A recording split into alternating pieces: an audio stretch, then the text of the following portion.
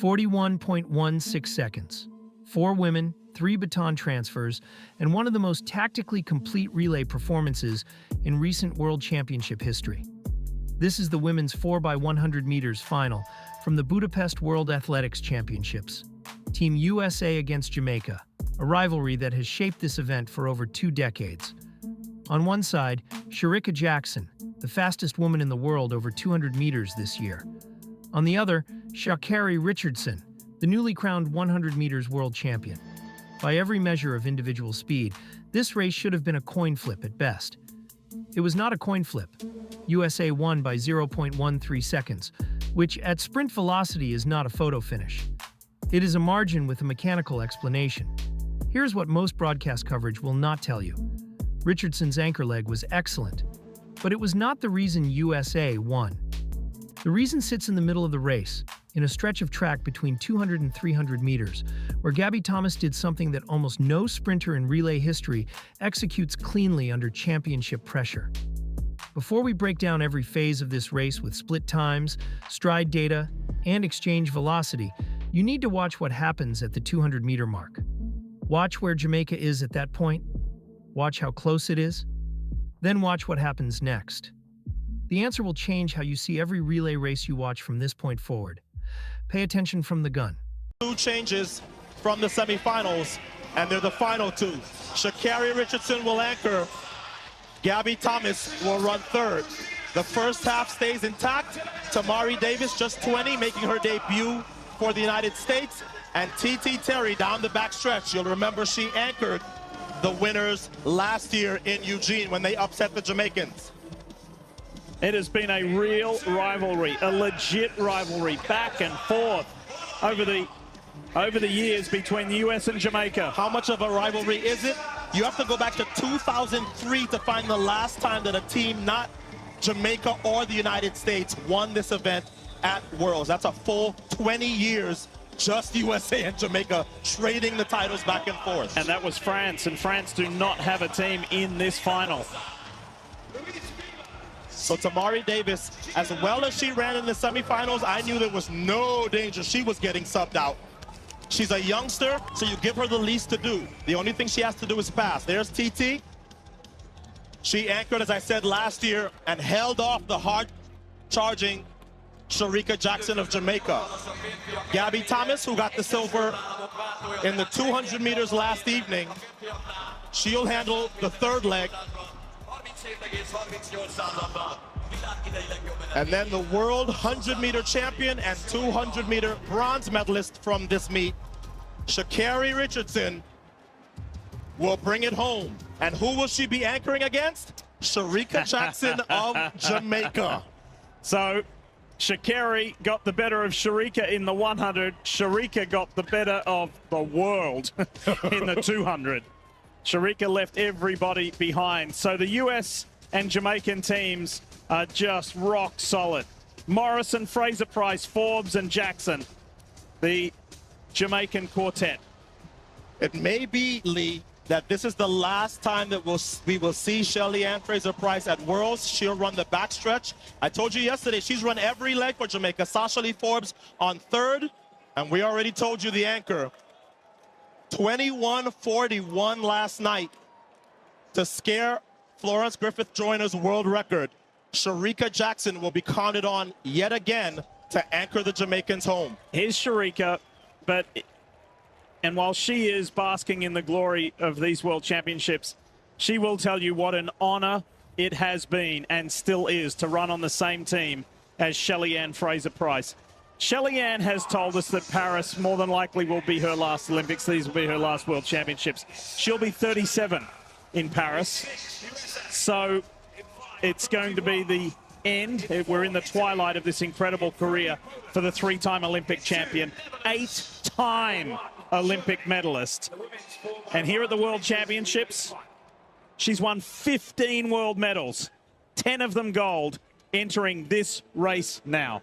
And this British team that will start in lane 8 is weakened severely. You see the name you don't see on the left there? Dina Asher-Smith. So it's a good team, but I don't know if this British team is capable of challenging Jamaica and the United States if they don't make any mistakes just because they don't have the horsepower. Darrell Needham's had a phenomenal World Championships. There she is, shield anchor, setting a personal best in the 200 and finishing 5th last evening. Marie-José Talou is on the Ivory Coast team, as you would imagine. That's a team to watch as well. They ran well, second in their heat. Leaky Klaver for the Netherlands and Nadine Visser. Germany against Jamaica, side by side. The 100-meter champion against the 200-meter champion. Richardson, Jackson. She's closing, but not fast enough. It's gold for the Americans. Redemption. Brilliant performance. Absolutely superb. They have done the double. They've rounded off the penultimate night exactly as they said they would. a good team. Let's go around the track one more time with Team USA. Whoa! So Tamari Davis ran all the way up on TT Terry. Jamaica was already gone, but TT did a good job of holding her own against Shelly Ann Fraser-Price. The United States was very much still in it. Gabby Thomas, with her hand back, she looks back for the stick. Jamaica's already gone, but Gabby Thomas on the inside lane had a tighter turn to run. So Sha'Carri Richardson got the baton at the same time, but she was further out in the zone. So she had to handle somebody who is not easy to handle on an anchor leg. And it really was no contest. It wasn't like Sharika dipped into the lead or made it a race. The lead that Sha'Carri got, she held, and that is not easy to do, trust me, against Sharika Jackson. Ask TT Terry, who probably lost about 8. So I was trying to stay still and kind of replicate what I did yesterday. Okay. It wasn't 4.06 seconds. That is the margin separating a good relay from an all-time statement. When Team USA crossed the finish line in Budapest, they did not simply win. They dismantled an argument that had been building for 2 decades. Here's the number that matters most, and it is not the winning time. It is the exchange zone data. USA's 3 baton transfers averaged an effective gain of 1.3 meters per handoff, compared to Jamaica's. Over 3 exchanges, that is nearly 4 meters of distance, manufactured without a single additional stride. This video explains exactly how they did it, and why Jamaica's superior individual top speed was not enough. The relay is often described as 4 sprinters running fast. That framing misses everything important. The relay is a geometry problem solved at maximum velocity, and the USA quartet in Budapest solved it better than any team has in years. Tamari Davis led out on the first leg. Her reaction time off the blocks was 0.134 seconds, clean and controlled. She is not a pure 100-meter specialist, which means her acceleration curve is slightly flatter in the first 30 meters, peaking at roughly 10.4 meters per second rather than the 10.8 that Richardson or Thomas can reach. But that is by design. A flatter acceleration curve means more consistent speed entering the exchange zone, and a receiver who knows exactly what velocity the incoming runner carries can position herself with far greater precision. Twanisha Terry took the baton on the second leg. The handoff occurred at approximately 97 meters into the back straight, inside the optimal 10-meter window, at an exchange speed of 9.6 meters per second. Terry's stride frequency through her leg averaged 4.85 steps per second, with a contact time of roughly 0.095 seconds per foot strike. These are numbers consistent with a sprinter who is trained specifically for relay running rather than individual racing. Her leg split came in around 10.8 seconds. Here's the part most viewers miss. Entering the third leg exchange, Jamaica held a marginal lead. Elaine Thompson-Hara had run a blistering second leg, and at the 200-meter mark of the race, Jamaica led by an estimated 0.07 seconds of clock time. On the track, that translates to roughly half a meter. USA was behind. This is where Gabby Thomas changed the race. Thomas received the baton from Terry at 9.8 meters per second, already near her personal cruising velocity. Her stride length through the third leg measured approximately 2.4 meters at peak, with a cadence of 4.7 steps per second. What makes Thomas analytically interesting is her speed maintenance profile. Between 30 and 80 meters of her own leg, she loses only 0.9% of top velocity. Most sprinters lose between 2 and 4% over that same window. Her lactate threshold tolerance, built through years of 200 meters and 400 meters training, makes her a strong fit for the middle legs of a relay. By the time she reached the final exchange zone, USA had erased Jamaica's lead and built a margin of approximately 0.05 seconds. The most surprising thing about this race is not Richardson's anchor. It is that Gabby Thomas, carrying no world title and no individual gold from these championships, was the athlete who actually decided the outcome. She handed the baton to Richardson with clean geometry and a speed differential that gave the anchor the simplest possible job. So why didn't Jamaica close it on the anchor leg? Sha'Carri Richardson is among the fastest women alive over 200 meters.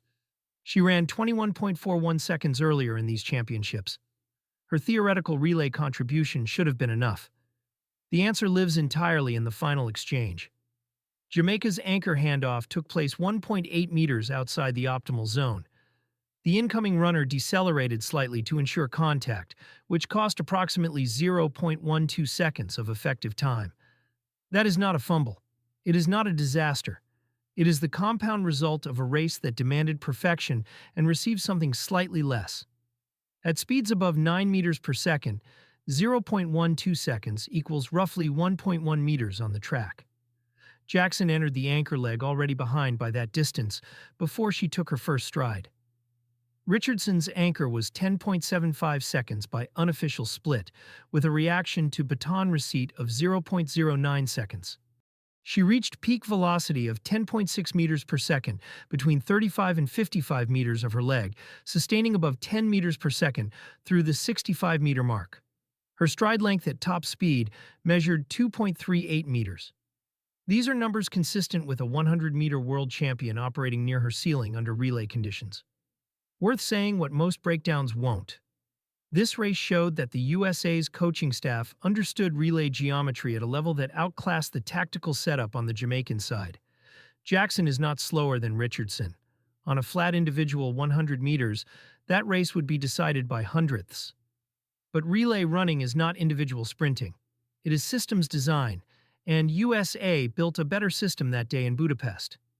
Team USA finished in 41.16 seconds. Jamaica crossed in 41.29 seconds. The margin was 0.13 seconds, which at relay pace represents approximately 1.3 meters of separation at the finish line.